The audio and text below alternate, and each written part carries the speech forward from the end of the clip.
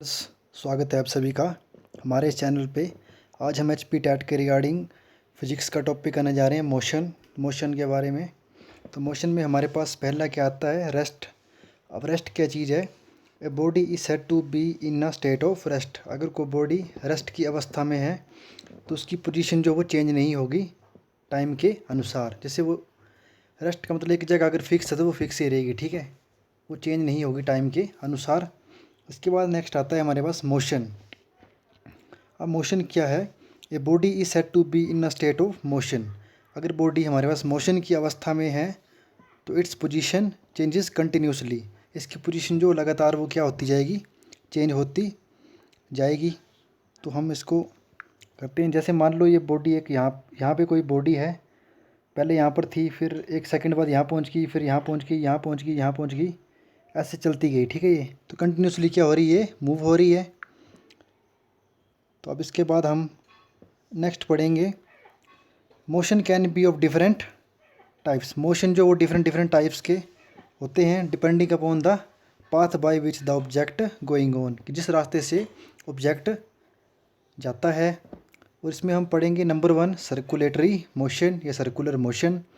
अब circular motion में क्या होता है, इन अ सर्कुलर पाथ। जैसे कोई बॉडी सर्कुलर पाथ में मूव करती है तो उस मोशन को हम बोल लेंगे सर्कुलर मोशन। तो जैसे हमने ये सर्कल बनाया, अगर इस सर्कल में कोई बॉडी मूव कर रही है तो वो मोशन होगा हमारे पास सर्कुलर मोशन। अब इसके बाद नेक्स्ट पढ़ते हैं हम लीनियर मोशन। लीनियर मोशन मतलब जहाँ पे स्ट्रेट लाइन की बात होगी। अगर कोई बॉडी स्ट्रेट लाइन में मूव कर रही है, जैसे इस लाइन पे कोई बॉडी जैसे रखी मूव कर रही है, पहले यहाँ पर थी फिर यहाँ पहुँच गई, तो ये क्या हुआ हमारे पास लीनियर मोशन। इसके बाद नेक्स्ट है हमारे पास ऑक्सीलेटरी या वाइब्रेटरी मोशन, मतलब वाइब्रेट करना अपनी मेन पोजीशन के ऊपर, to and fro path with respect to origin. इसके बाद नेक्स्ट है हमारे पास स्केलर क्वांटिटी क्या होती हैं। अब स्केलर क्वांटिटी हमारे पास वह फिजिकल क्वांटिटी हैं जिनका सिर्फ क्या होता है, मैग्नीट्यूड होता है और डायरेक्शन नहीं होती है। फॉर एग्जांपल डिस्टेंस और स्पीड। अब डिस्टेंस, जैसे कोई व्यक्ति दिल्ली से चेन्नई जाता है, जैसे मान लो दिल्ली से चेन्नई की दूरी है 1500 किलोमीटर, 1500 किलोमीटर। जैसे दिल्ली है, ये चेन्नई, पॉइंट ए मैंने ले लिया दिल्ली और पॉइंट बी ले लिया चेन्नई, लेकिन बोला है 1500 किलोमीटर दूरी तय की किसी व्यक्ति ने दिल्ली से चेन्नई तक। लेकिन 1500 किलोमीटर गया, लेकिन डायरेक्शन नहीं बताई ना उसने, सिर्फ मैग्नीट्यूड की बात हो रही है यहाँ पे। तो ये कौन सी हुई, स्केलर क्वांटिटीज़। इसके बाद हम पढ़ते हैं वेक्टर क्वांटिटीज़ कौन सी होती हैं। वेक्टर क्वांटिटी हमारे पास वह क्वांटिटी होती हैं जिनका मैग्नीट्यूड और डायरेक्शन दोनों होते हैं। फॉर एग्जांपल डिस्प्लेसमेंट और वेलोसिटी। अब इसके बाद पढ़ेंगे हम डिस्टेंस और डिस्प्लेसमेंट के बारे में।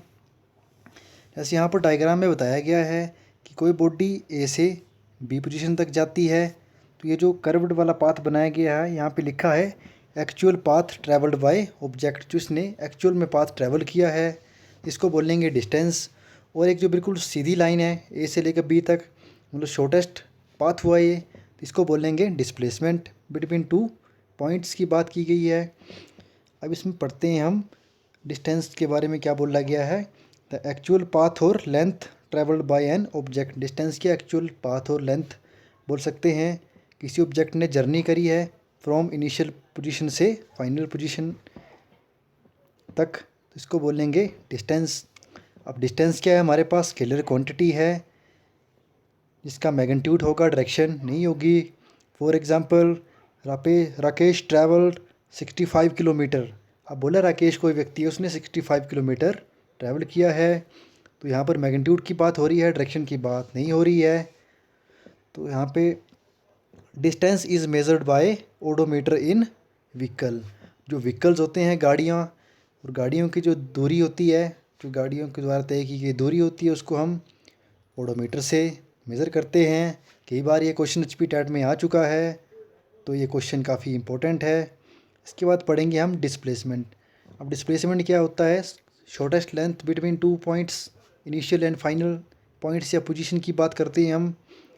अब it is a vector quantity. Displacement क्या हमारे पास वेक्टर क्वांटिटी है जिसका मैग्नीट्यूड और डायरेक्शन दोनों होता है।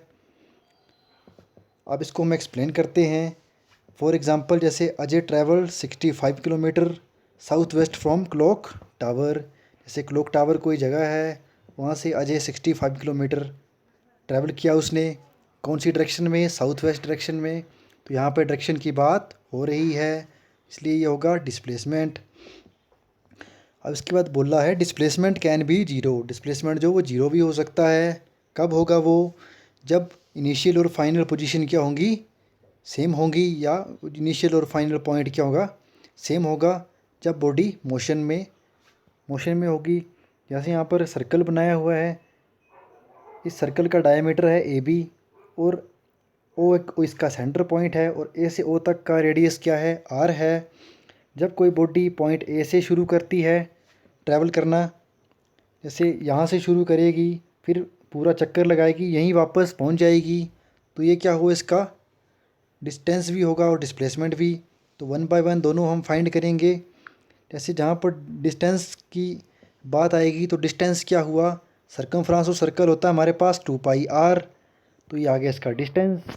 अब डिस्प्लेसमेंट की बात करेंगे, तो ए से बॉडी चली, फिर वापस कहाँ पहुँच गई? ए पर ही पहुँच गई, क्योंकि इसका इनिशियल और फाइनल पॉइंट क्या है? सेम है ना, ए ही है। तो डिस्प्लेसमेंट हो जाएगा इसका टोटल जीरो हो जाएगा। अब इसके बाद पढ़ते हैं हम difference between distance and displacement. अब डिस्टेंस क्या बोल रहा है? एक्चुअल पाथ लेंथ है किसी ऑब्जेक्ट की, और डिस्प्लेसमेंट क्या है? शॉर्टेस्ट पाथ लेंथ है between initial and final point of object. और डिस्टेंस क्या है? स्केलर क्वांटिटी है, और डिस्प्लेसमेंट क्या है? वेक्टर क्वांटिटी है। इसके बाद डिस्टेंस जो वो पॉजिटिव होता है, नेगेटिव और जीरो नहीं हो सकता, और डिस्प्लेसमेंट जो वो पॉजिटिव, नेगेटिव और जीरो तीनों हो सकता है। और distance can be equal to displacement in linear path. जब भी लीनियर पाथ की बात करते हैं, डिस्टेंस और डिस्प्लेसमेंट बराबर हो सकते हैं। और displacement can be equal to the distance. Displacement भी क्या है? डिस्टेंस के बराबर हो सकता है, और इज़ लेसर देन डिस्टेंस, और डिस्टेंस से कम भी हो सकता है। इसके बाद क्वेश्चन करते हैं। हमारे पास एक क्वेश्चन है, a body travels in a semi circular path. एक वो बॉडी है, एक सेमी सर्कुलर पाथ में ट्रैवल करती है, जिसका रेडियस 10 मीटर है, और starting its motion from point A to point B. तो जैसे पॉइंट ए से पॉइंट बी, जैसे स्टार्टिंग का जो पॉइंट आया है उसको हम पॉइंट ए मान लेंगे। जैसे ही आगे ये पॉइंट ए, स्टार्टिंग का पॉइंट हमारे पास ए आया, और दूसरा पॉइंट हम इसको पॉइंट ए मान लो, इसको पॉइंट बी मान लो। तो ए से बी तक कोई बॉडी जाएगी, तो डिस्टेंस कितना होगा हमारे पास? जैसे सर्कमफ्रेंस ऑफ सर्कल होता है हमारे पास 2πr। ये क्या है? सेमी सर्कल है, तो 2 से डिवाइड कर देंगे, तो क्या आएगा? πr आ जाएगा। तो पाई कितना होता है हमारे पास? 3.14। और आर कितना दिया हमें? रेडियस 10 मीटर दिया है। यहाँ पर वैल्यू पुट कर देंगे, 3.14 को 10 से मल्टीप्लाई करेंगे, तो हमारे पास आएगा 31.4 मीटर। ये इसका टोटल डिस्टेंस ट्रैवल आ गया। अब डिस्प्लेसमेंट फाइंड करेंगे। तो डिस्प्लेसमेंट जैसे हम यहाँ पे डायमीटर दिया है, हमें डायमीटर निकालना है। यहाँ पे रेडियस दिया है 10 मीटर इस सेमी सर्कल का। तो टोटल डिस्प्लेसमेंट है, मतलब ये पॉइंट ए से बी तक की डिस्प्लेसमेंट निकालनी है हमने। ये पॉइंट ए है और ये पॉइंट बी है। डिस्प्लेसमेंट क्या हुई? शॉर्टेस्ट लेंथ हुई, जो क्या होगा हमारे पास? D equal to 2 × r। तो यहाँ पे वैल्यू पुट कर देंगे, क्योंकि यहाँ पुट कर दी हमने वैल्यू। आर की वैल्यू हमें 10 दी है, तो यहाँ पे 20 मीटर आंसर आ जाएगा।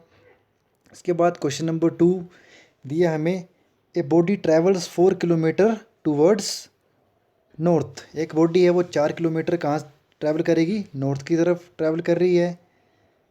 ही turn to his left, turn to his right, वो राइट मुड़ी, राइट की तरफ टर्न हुई। And travel another 4 kilometre before coming to rest. Rest से आने से पहले उसने 4 किलोमीटर और ट्रैवल किया। हमने इसका टोटल डिस्टेंस और डिस्प्लेसमेंट कैलकुलेट करना है। तो टोटल डिस्टेंस कितना हो जाएगा? टोटल डिस्टेंस होगा हमारे पास ओ ए प्लस ए बी, तो कितना आएगा? 4 किलोमीटर प्लस 4 किलोमीटर तो इक्वल टू 8 किलोमीटर हो जाएगा, ठीक है। 4 + 4 हो जाएगा 8 किलोमीटर। अब डिस्प्लेसमेंट की बात करेंगे। डिस्प्लेसमेंट क्या होगा, इसका ओ बी होगा। तो डिस्प्लेसमेंट ओ बी होगा तो ओ बी किसके बराबर आएगा, ओ ए का स्क्वायर प्लस ए बी का स्क्वायर, इसका under root. Pythagoras theorem apply करेंगे हम, फिर वैल्यू पुट कर देंगे।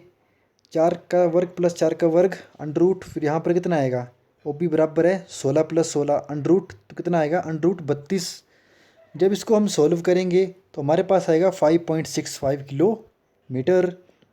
इसके बाद पढ़ते हैं हम uniform and non uniform motion. अब फर्स्ट है हमारे पास यूनिफॉर्म मोशन क्या है, when a body travels equal distance in equal interval of time. अगर कोई बॉडी है वो इक्वल डिस्टेंस ट्रैवल करती है इक्वल इंटरवल ऑफ टाइम में, मतलब उतना ही डिस्टेंस ट्रैवल करती है उतने ही टाइम में, तो इस मोशन को हम बोलते हैं यूनिफॉर्म मोशन। यहाँ पे डिस्टेंस और टाइम के बीच में ग्राफ प्लॉट किया गया है, जो क्या होगा, बिल्कुल स्ट्रेट लाइन होगा। तो जैसे बोला गया है, अगर कोई बॉडी पॉइंट ओ से मूव करना स्टार्ट करती है तो फर्स्ट किलोमीटर या फर्स्ट मीटर ट्रैवल करती है वो 5 सेकंड में, तो अगला टाइम जो होगा वो भी 5 सेकंड में ही पूरा करेगी। तो ये हुआ हमारे पास यूनिफॉर्म मोशन। इसके बाद पढ़ते हैं हम नॉन यूनिफॉर्म मोशन। अब यहाँ पे बोला है, in this type of motion the body will travel unequal distance in equal interval of time. यहाँ पर टाइम क्या रहेगा, उतना ही रहेगा, लेकिन डिस्टेंस क्या होता जाएगा, कम ज़्यादा होता जाएगा। जैसे बोला है फर्स्ट किलोमीटर या फर्स्ट मीटर इसने ट्रैवल किया 5 सेकंड में, उसके बाद दूसरा, उसके बाद जैसे 5 मीटर ट्रैवल किया उसने 5 सेकंड में, तो वो डिस्टेंस जो वो चेंज होता जा रहा है, टाइम जो है वही रहेगा। ये भी ग्राफ डिस्टेंस और टाइम के बीच में दिया हुआ है। ये कंटिन्यूसली क्या कर रहा है, इंक्रीज़ कर रहा है ना, तो continuously increase in slope of graph, graph का स्लोप क्या इंक्रीज़ कर रहा है, तो इंडिकेट कर रहा है एक्सेलरेटेड नॉन यूनिफॉर्म मोशन को। मोशन क्या है, नॉन यूनिफॉर्म मोशन है, बट कौन सा है, एक्सेलरेटेड मोशन की बात हो रही है यहाँ पे। इसके बाद अगला ग्राफ दिया है हमारे पास, यहाँ पर क्या हो रहा है, ग्राफ का स्लोप क्या है, डिक्रीज़ कर रहा है, मतलब ऊपर से नीचे की तरफ आ रहा है स्लोप।